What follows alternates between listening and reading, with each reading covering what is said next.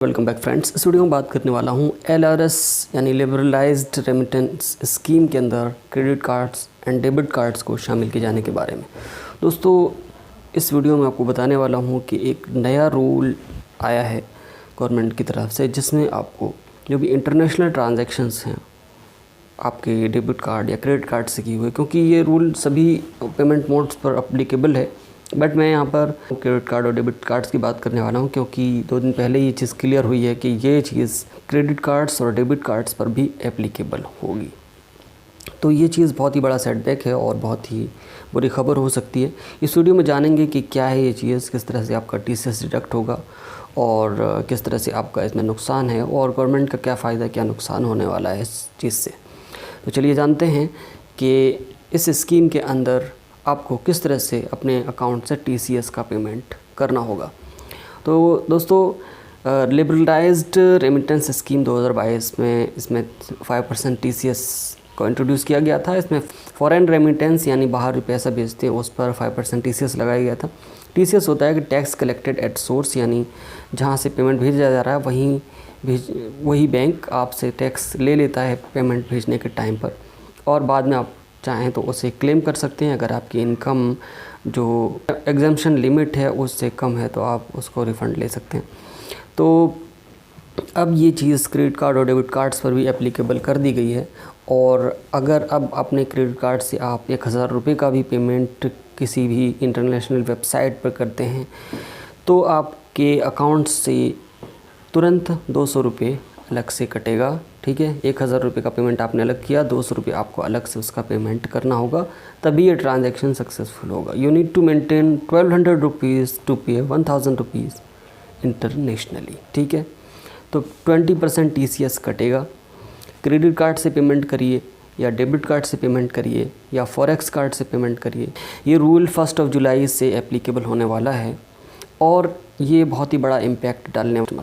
मान लीजिए किसी वेबसाइट पर आपने पेमेंट किया 1 लाख रुपीज़ का, तो आपको 20% TCS देना पड़ेगा। 20% TCS आपका कटेगा जो होगा 20,000 रुपीज़ का, और इसके साथ ही आपको क्रॉस करेंसी मार्कअप चार्जेस इस 120,000 रुपीज़ पर लगेंगे।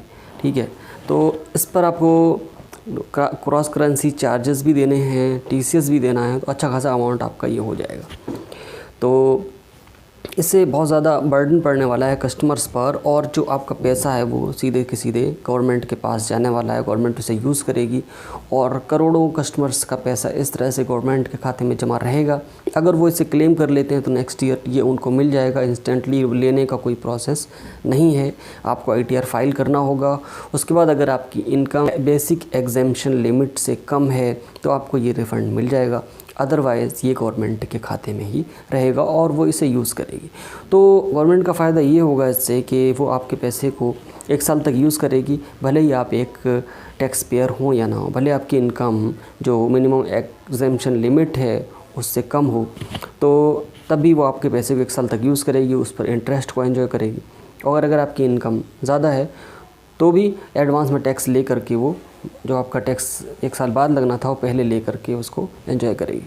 और सबसे बड़ा नुकसान उन कस्टमर्स को होगा जो थोड़े बहुत अमाउंट का पेमेंट करेंगे और उसके बाद ITR फाइल नहीं करेंगे, उनका पैसा गवर्नमेंट के पास रह जाएगा। इसके बावजूद भी कि वो टैक्स पेयर नहीं थे, उनकी इनकम जो लिमिट है मिनिमम लिमिट इनकम की उससे कम थी। तो ऐसे जो भी कस्टमर्स हैं जिन्होंने पेमेंट कर दिया कोई इंटरनेशनली और ITR फाइल नहीं किया, क्योंकि उनकी इनकम इतनी नहीं है कि ITR फाइल करना ज़रूरी हो, तो ठीक है ITR फाइल करना कोई बात नहीं है, लेकिन उनका जो पैसा है 20% कटा हुआ ये उनको वापस नहीं मिलेगा। और NRI कस्टमर्स जो हैं, नॉन रेजिडेंट इंडियंस, जिन्होंने इंडिया में अकाउंट खोल रखे हैं अपने NRI अकाउंट्स, उसको यूज़ करते हैं, यानी फ़ॉरेन से पैसा यहाँ डाल देते हैं और फिर उस पैसे को वहाँ भी यूज़ कर लेते हैं, यहाँ भी यूज़ कर लेते हैं, उनके लिए बहुत बड़ी दिक्कत पैदा होने वाली है। और फिर वो कस्टमर्स जो हैं जो भी फ़ॉरेन में हैं वो यहाँ के अकाउंट में पैसा रखना बंद कर देंगे, क्योंकि अगर उन्होंने ऐसा नहीं किया तो उन्हें हर ट्रांजैक्शन पर 20% TCS देना पड़ेगा। और जो भी NRIs हैं जो फ़ॉरेन में ही इनकम करते हैं उनकी टैक्स लायबिलिटी यहाँ पे कोई नहीं बनती है, यानी इंडिया में टैक्स देने की कोई ज़रूरत उनको नहीं होती है। अकाउंट मेंटेन कर सकते हैं, डॉलर इंडिया में आता है, इंडिया की इकनॉमी बूस्ट होती है, हमारा रुपया मजबूत होता है जब वो लोग डॉलर्स यहाँ पे अपने अकाउंट्स में डिपॉजिट करते हैं। ठीक है। तो फॉरेन रेमिटेंसेस जो बाहर से आते हैं उनमें कमी आएगी, लोग अपना पैसा जो यूएस के हैं यूएस अकाउंट में रखेंगे, जो अदर कंट्रीज़ में हैं वो अपने अकाउंट्स में रखेंगे, वहीं पे स्पेंड्स करेंगे। क्योंकि पहले क्या था, अभी एनआरआई अकाउंट खोल लेते थे और वो इंडिया में वो अकाउंट यूज़ हो जाता था और बाहर भी यूज़ हो जाता था। और अगर इंटरनेशनल डेबिट कार्ड या क्रेडिट कार्ड होता था उनके पास में, तो उससे वो कुछ ऐसे कार्ड्स भी हैं जो ज़ीरो करेंसी मार्कअप चार्जेस वाले कार्ड्स हैं, जिसमें आपको कोई करेंसी कन्वर्जन चार्जेस नहीं देने पड़ते हैं। तो उस कार्ड से दोनों तरफ की शॉपिंग को वो एंजॉय कर लेते थे।